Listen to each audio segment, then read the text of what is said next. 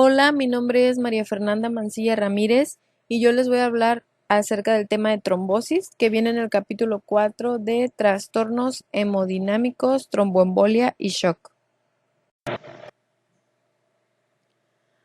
Para empezar a hablar de la trombosis se debe de saber su importancia y es que es importante porque se sabe que de aquí es la base de varias enfermedades cardiovasculares que son demasiado frecuentes y graves en el ser humano actual. Aquí tenemos la tríada de Virchow que nos representa las principales alteraciones que la producen. Como primordial tenemos a la lesión endotelial. Después tenemos el flujo anómalo de la sangre, que es la éstasis o flujo turbulento, y la hipercoagulabilidad. Como dije, la lesión endotelial es esencial en la trombosis y voy a empezar a hablar de ella. Como sabemos, la lesión endotelial produce activación plaquetaria y esta es el origen casi constante de la formación de los trombos en la circulación tanto arterial como la del corazón. La lesión endotelial grave puede fomentar trombosis mediante la exposición del factor de von Willebrand y el factor tisular, pero también se puede mediante la exposición a procesos inflamatorios y otros estímulos nocivos que también la pueden fomentar. Esto actúa modificando el patrón de expresión genética del endotelio a uno protrombótico y a este cambio se le denomina activación o disfunción endotelial. Esta activación o disfunción endotelial se puede producir por muchas causas, como pueden ser las lesiones físicas, así como también como un flujo anómalo de la sangre, por mediadores inflamatorios, entre otras cosas, incluso también por las toxinas del humo del tabaco. Em, las alteraciones de protrombóticas tenemos dos esenciales, las cuales son los cambios procoagulantes y los efectos antifibrinolíticos. En los cambios procoagulantes se dice que las células endoteliales que son activadas por citocinas, ellas regulan a la baja la expresión de trombomodulina, que éste actúa como modulador de la actividad de la trombina. Esto causa que la trombina se encuentre en una actividad mantenida y que estimula las plaquetas fomentando la inflamación a través de los receptores activados por proteasas. También se sabe que el endotelio inflamado regula a la baja la expresión de otros anticoagulantes como son el inhibidor de la proteína del factor tisular y la proteína C, lo cual nos explica por qué también fomentan más una situación procoagulante. Y en los efectos antifibrinolíticos, bueno, las células endoteliales activadas, ellas secretan inhibidores del activador del plasminógeno, que esto limitan la fibrinólisis y regulan a la baja la expresión del activador tisular del plasminógeno, cambios que también favorecen el desarrollo de los trombos. En las alteraciones del flujo de sangre tenemos las dos principales, que es la éstasis y la turbulencia, el flujo turbulento. Aquí tenemos que la éstasis es un factor clave en el desarrollo de los trombos venosos. Y aquí en esta imagen podemos ver cómo es el flujo laminar normal de la sangre, que es todas las plaquetas y las células sanguíneas van al centro de la luz laminar sin chocar con el endotelio. Y tenemos que en el flujo turbulento es todo lo contrario. Entonces, la turbulencia la conocemos como un flujo de sangre caótico que contribuye mayormente a trombos arterial y cardíacos, y la éstasis es el factor clave en el desarrollo de trombos venosos. Tenemos que los dos determinan efectos perniciosos, porque los dos inducen la activación de las células endoteliales y aumentan la actividad procoagulante. En el caso de la éstasis, estas permite que las plaquetas y los leucocitos eh, entren en contacto o choquen con el endotelio cuando el flujo es lento. y asimismo se ralentiza la eliminación de los factores de la coagulación activados y hace que sea difícil la llegada de los inhibidores de los factores de coagulación por el flujo. Estos hacen que haya distintas situaciones o complicaciones clínicas como las placas ateroscleróticas ulceradas, las dilataciones anómalas de la aorta, el infarto agudo al miocardio, entre otras. Ahora vamos a hablar de la hipercoagulabilidad. La hipercoagulabilidad, como su nombre lo dice, es una tendencia anormal de la sangre a coagularse. Esto se produce mayormente por las alteraciones en los factores de la coagulación. Tenemos que la hipercoagulabilidad tiene una menor contribución a trombosis arterial o cardíaca, pero es un factor importante en la trombosis venosa. Esta se puede clasificar tanto en primaria como en secundaria. La hipercoagulabilidad primaria suele deberse a mutaciones en los genes del factor 5 y la protrombina. Aproximadamente el 2 al 15% de los caucásicos son portadores de esta mutación específica del factor 5, que también es llamada mutación de Leiden. La frecuencia de esta mutación es aproximadamente de un 60% en los pacientes con trombosis venosas profundas de repetición. Lo que pasa aquí es que la mutación altera los residuos de aminoácidos del factor 5 y esto determina que sea resistente a la proteólisis por la proteína C. Entonces, se pierde un importante mecanismo contrarregulador antitrombótico. Se dice que los heterocigóticos y los homocigóticos tienen una tendencia de ser muy riesgosos a trombosis venosas. En los heterocigotos tienen un riesgo hasta 5 veces mayor de presentarlas y los homocigóticos el riesgo es mucho más elevado de 50 veces. También se debe a la sustitución de un nucleótido en la región prima que no se tradujo del gen de la protrombina. Lo que va a causar es que va a inducir a un aumento de la transcripción de la protrombina y se va a asociar a un riesgo casi triple de las trombosis venosas.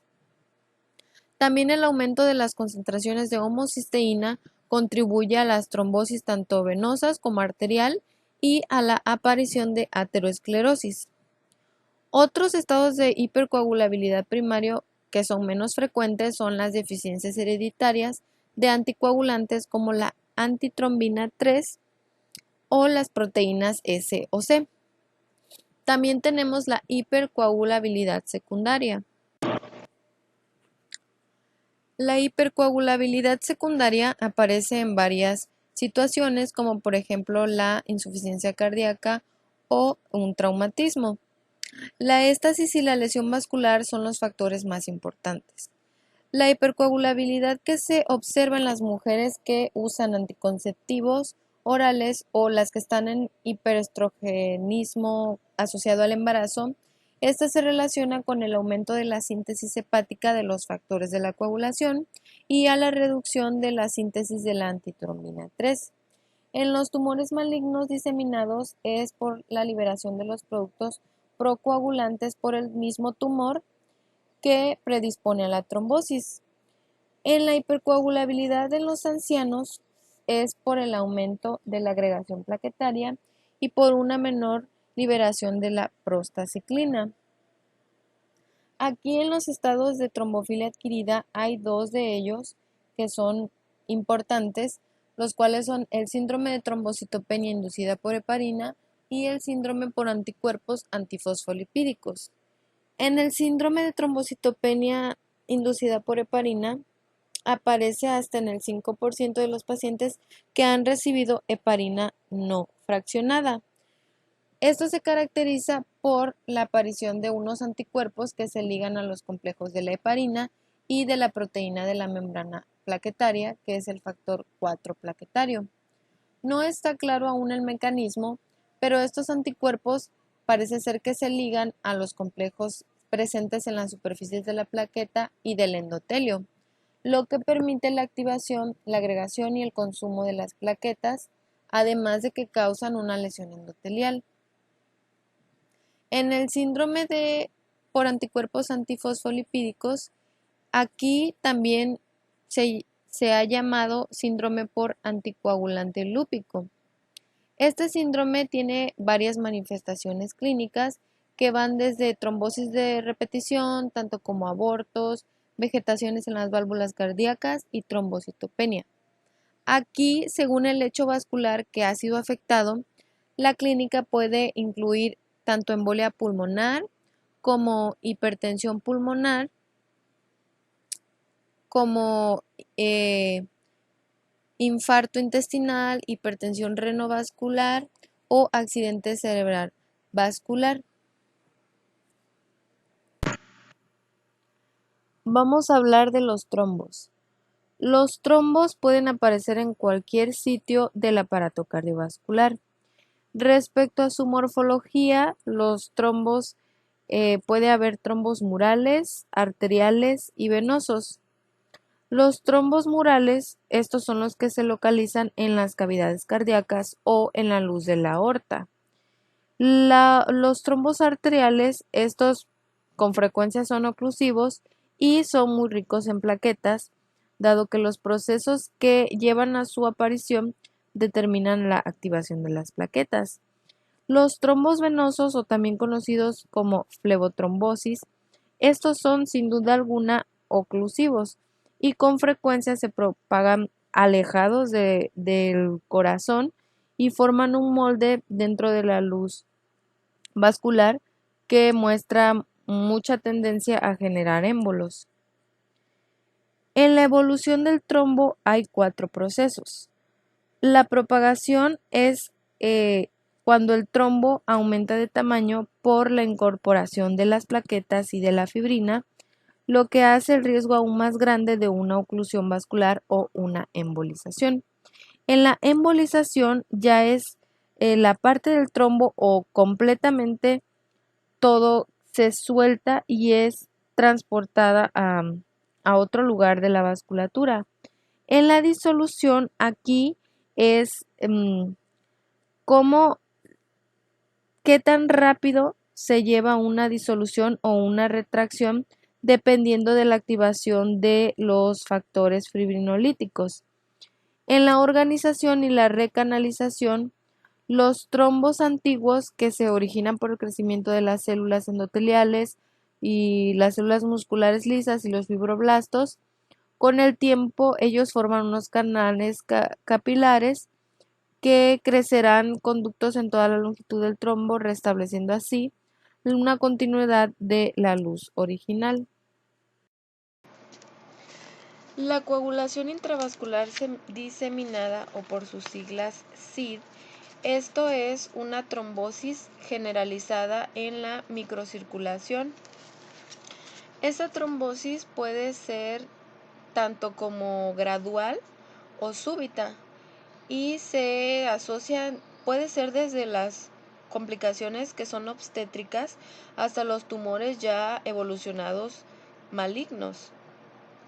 Lo que pasa con esto es que se complica debido a que la trombosis extensa a nivel microvascular, consume plaquetas y las proteínas de la coagulación, así como también activa los mecanismos de la fibrinólisis, lo que ocasiona es que sea mucha la tendencia de coagulación y hemorragia excesiva en el paciente. Ahora vamos a hablar de la embolia. Como sabemos, el émbolo es una masa sólida líquido-gaseosa que se encuentra en un vaso y que ésta es alejada por la sangre desde su punto de origen hasta un lugar alejado del cual se originó, donde suele producir una disfunción o infarto del tejido. Como vemos, en menor frecuencia, los compuestos de la embolia suelen ser gotículas de grasa, burbujas de aire o nitrógeno, restos de aterosclerosis, así como fragmentos de tumor, partículas de la médula ósea o líquido. Una de las consecuencias principales de la embolización sistémica es la necrosis de los tejidos distales, mientras que en la circulación pulmonar la embolización produce hipoxia, hipotensión e insuficiencia cardíaca derecha. En la tromboembolia pulmonar, las embolias pulmonares se originan en trombosis venosas profundas. Aquí los trombos fragmentados de una trombosis venosa profunda se transportan en unos canales que son cada vez más grandes y que suelen atravesar el lado derecho del corazón antes de que se queden detenidos en una vasculatura pulmonar.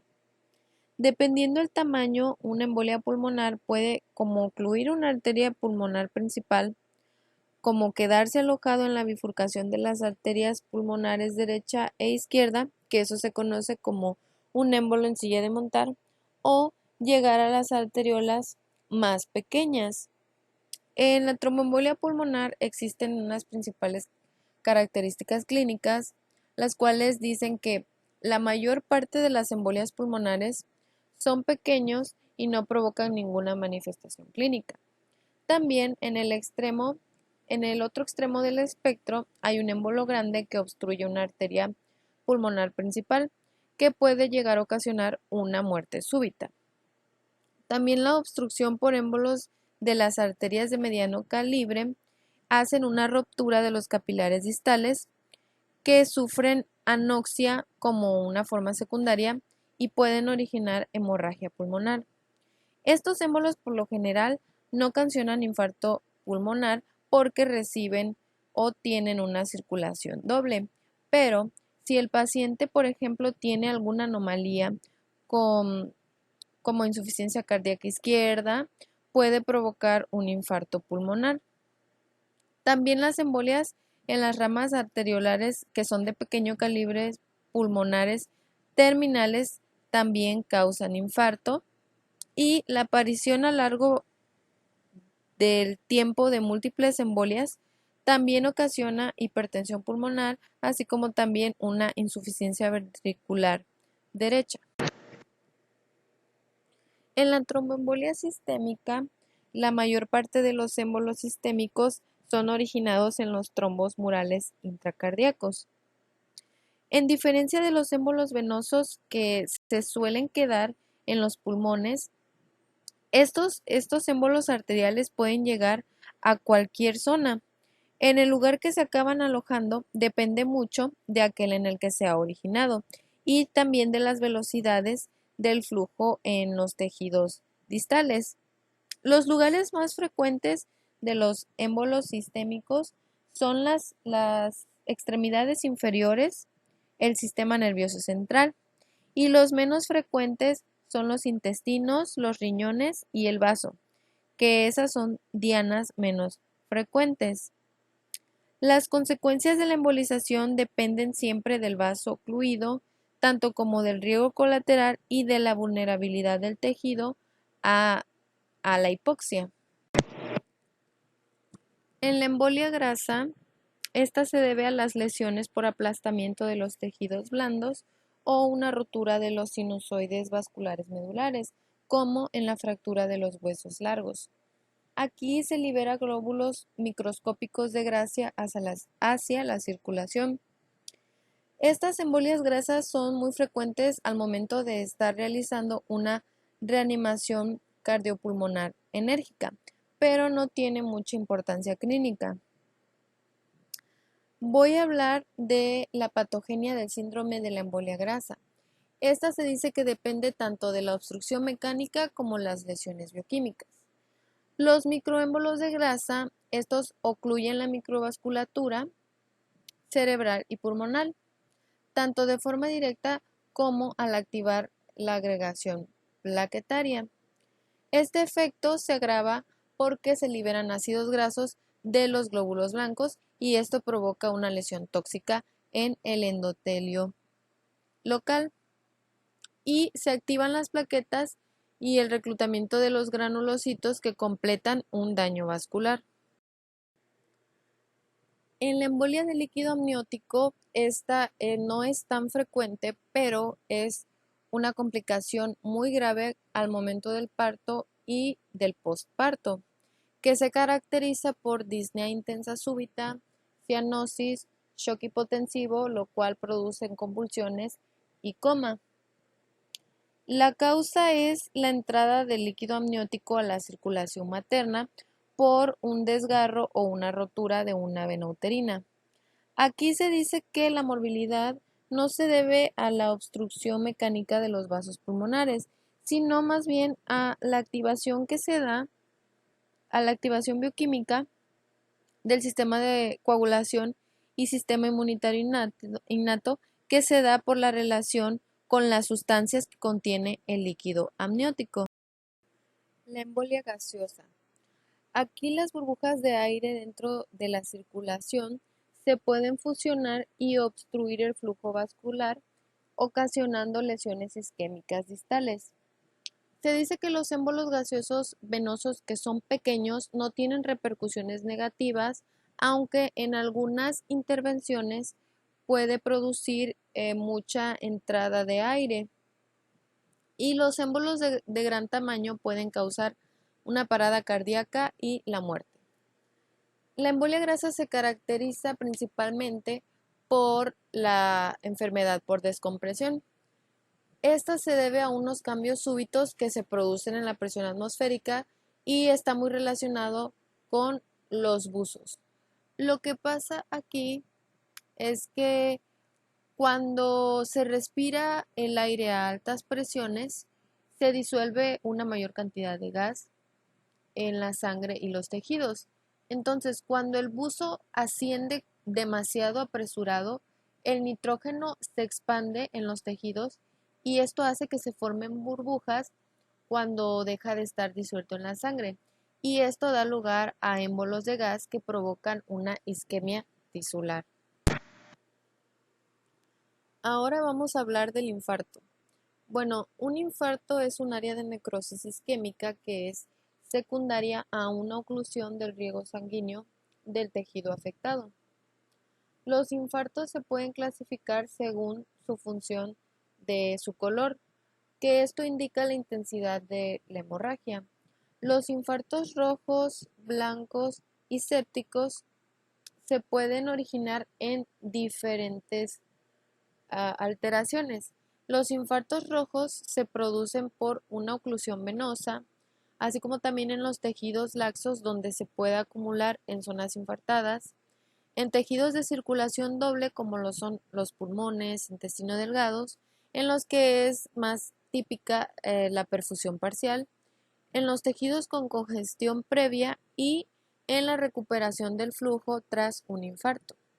Los infartos blancos o anémicos se pueden producir en las oclusiones arteriales de los órganos sólidos por una circulación terminal, como lo son el corazón, vaso y riñón, y en los que la densidad tisular limita el paso de la sangre de los lechos vasculares adyacentes permeables. Los infartos sépticos, estos se observan cuando se produce una embolización de las vegetaciones de las válvulas cardíacas infectadas o en la diseminación del tejido necrótico por microbios. El infarto se convierte en un absceso con una respuesta inflamatoria intensa y con una tendencia a la curación, ya sea mediante la organización y la fibrosis. Estos son los factores que influyen sobre el desarrollo de un infarto. Tenemos a la anatomía de la irrigación, que aquí es la presencia o ausencia de un aporte alternativo de la sangre. Esto se debe a que cuando tenemos una irrigación doble, no es muy probable que se produzca un infarto pulmonar. En la velocidad de la oclusión, lo que implica mucho es si es lenta o rápida la velocidad de la oclusión, porque si es una oclusión lenta, tiene más probabilidad y más tiempo para que se desarrollen aportes vasculares colaterales. Y si es rápida, no tiene ese tiempo para que se desarrollen los aportes. En la vulnerabilidad del tejido a la hipoxia, bueno, como sabemos, hay unas células que son o sufren lesiones irreversibles, como pueden ser las neuronas, que sin un aporte de sangre duran de 3 a 4 minutos, así como también las células miocárdicas que duran de 30 a 20 minutos sin aporte de sangre. y por el contrario hay otras células como los fibroblastos del miocardio que pueden seguir viables tras muchas horas de isquemia. Para finalizar este tema vamos a hablar del shock. Y el shock es un estado de disminución del gasto cardíaco o del volumen circulante eficaz de sangre, con una alteración de la perfusión tisular e hipoxia celular. El shock se puede clasificar en tres grupos, que son el shock cardiogénico, hipovolémico y séptico. En el cardiogénico, este es debido al bajo gasto cardíaco secundario al fracaso de la bomba miocárdica.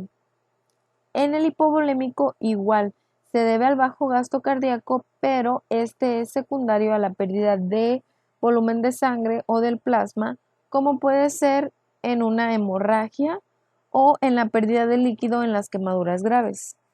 El shock séptico, este se activa por infecciones microbianas y se asocia también a un síndrome de respuesta inflamatoria sistémica grave. Voy a hablar un poco de la patogenia del shock séptico. El shock séptico se activa en las infecciones por bacterias gram positivas, gram negativas y por hongos. Esta capacidad de los gérmenes de producir este shock séptico se comparte con la idea de que varios elementos bacterianos pueden activar este proceso y entre los factores que se implican en esta fisiopatología del shock séptico se incluye la respuesta inflamatoria y contrainflamatoria, que en la sepsis estos elementos de la pared microbiana se unen a los receptores en las células del sistema inmunitario innato que activan respuestas proinflamatorias.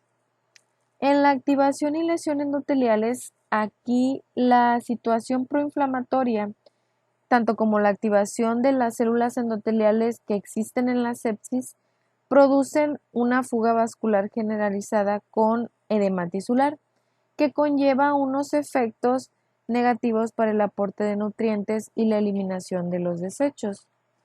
En la inducción de un estado procoagulante, aquí la alteración de la coagulación es mucha como para causar una coagulación intravascular diseminada. En las alteraciones metabólicas, aquí los pacientes que presentan sepsis también presentan una resistencia a la insulina e hiperglucemia. En la disfunción orgánica, aquí la hipotensión sistémica, el edema intersticial y la trombosis de un vaso pequeño impiden o hacen menor la llegada de oxígeno y nutrientes a los tejidos, que esto conlleva a que los tejidos no puedan emplear los nutrientes que reciben por falta de oxígeno. En las fases del shock se tiene una fase inicial que es no progresiva, durante la cual estos apenas están activando los mecanismos compensadores de los reflejos y se mantiene en perfusión de los órganos vitales. La segunda fase ya es la fase progresiva, que ésta se caracteriza por hipoperfusión tisular y el empeoramiento ya de la alteración circulatoria y metabólica con acidosis. La tercera es la fase irreversible en las que ya las lesiones celulares y tisulares ya tienen mucha gravedad, que aunque éstas se corrigieran, los defectos hemodinámicos y la supervivencia resultaría imposible.